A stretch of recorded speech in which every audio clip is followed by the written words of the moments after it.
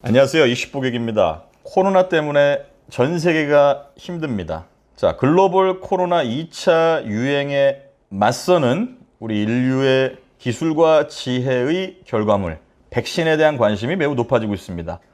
중국과 러시아가 백신을 보유했다 내지는 곧 투여 가능하다라고 할 정도의 뉴스들을 쏟아내고 있는데요. 믿을 수 있겠습니까? 못 믿겠다라는 의견이 많고요. 역시 K-방역, 전 세계를 깜짝 놀라게 했고 빌 게이츠도 문재인 대통령에 보낸 서한에서 높이 평가한 K-방역으로 앞서 나가는 한국에게 도움을 요청하고 있다는 소식입니다. 싱가포르 등 한국의 백신 치료제 협력 요청이 나타나고 있고요. 서울에서 이 백신을 놓고 외교 쟁탈전이 벌어질 가능성이 높다라는 의견 또한 나오고 있습니다. 자, 이 코로나 2차 유행은 전 세계적인 현상입니다. 결국 이걸 극복하기 위해서는 백신과 치료제가 핵심입니다.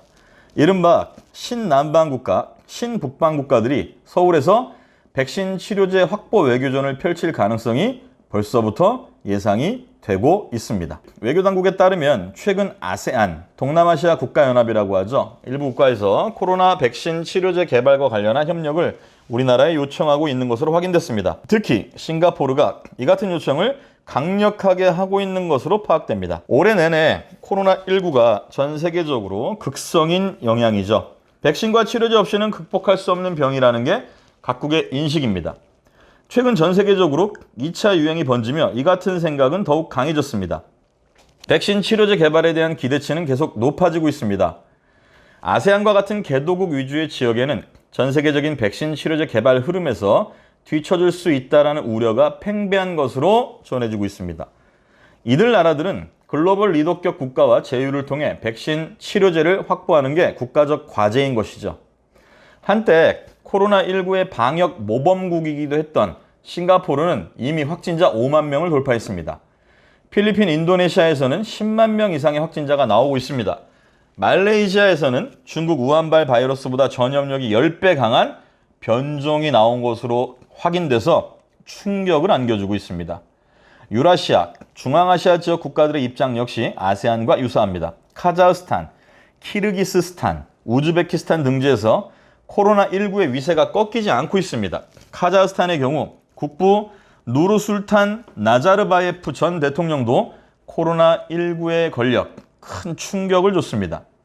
아세안과 중앙아시아 국가들은 각각 중국, 러시아와 밀접한 관계를 맺고 있지만 중국과 러시아가 만든 백신 치료제를 100% 믿을 수 있겠나라는 의심 역시 팽배합니다. 중국과 러시아는 최근 자체적으로 코로나19 백신을 만들었다라고 선언했지만 정작 자국민들도 불안해하고 있다라는 반응이죠. 한 외교관은 개도국들은 코로나19 백신과 치료제 개발에 선두에 서 있는 미국과 영국에게 있어 자신들이 우선순위가 아닌 것 같다라는 우려를 갖고 있다라고 말합니다. 그렇다라고 해서 중국과 러시아 제품을 무턱대고 믿고 쓸 수는 없다라는 분위기죠. 따라서 이런 국가들은 자연스럽게 대한민국에 관심을 갖기 시작했다라고 말했습니다.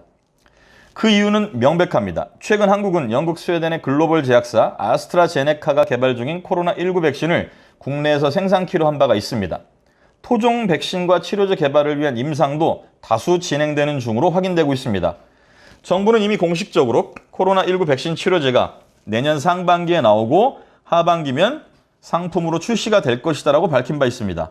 한국이 확보한 백신과 치료제 물량은 물론 우리 국민이 1순위로 받을 것입니다. 이후 남는 물량이 어디로 향할지는 정부에서 판단할 일이겠죠. 개도국들은 이 점에 주목하고 있습니다. 아세안과 중앙아시아 지역은 문재인 대통령이 신남방, 신북방 정책을 앞세워 중시하고 있는 곳이기도 합니다.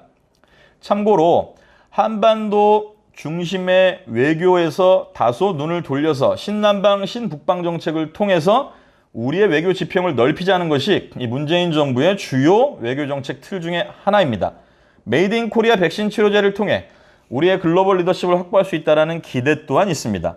코로나19의 영향으로 신남방, 신북방 정책의 구체적 목표를 제시하기 힘든 상황에서 보건협력과 같은 카드를 던질 수 있습니다. 즉, 소프트 파워 외교가 대안으로 가능하다는 얘기죠. 외교 당국자는 우리의 백신 치료제 개발이 현실화되면 서울의 개도국 대사관들 사이에서 백신 외교전이 일어날 가능성도 충분하다라고 말하며 신남방, 신북방 지역에 우리의 소프트 파워를 확장하는 데 기여할 수 있다라고 말했습니다. 자, 우리의 뛰어난 기술력과 K-방역으로 확인된 정부의 뛰어난 행정력, 이런 것들이 상대적으로 개발도상국가라고 평가받는 신남방, 신북방 지역 주요 국가들에게 많은 신뢰를 주고 있습니다. 위기 상황을 극복하는 우리 모두의 노력이 외교적인 측면에서도 대한민국의 국격을 높여준다는 것을 확인하고 있습니다. 자, 우리 조금만 참고 마스크 열심히 쓰고 손 열심히 씻으면서 백신 개발 기다리면서 함께 극복했으면 좋겠습니다. 고맙습니다.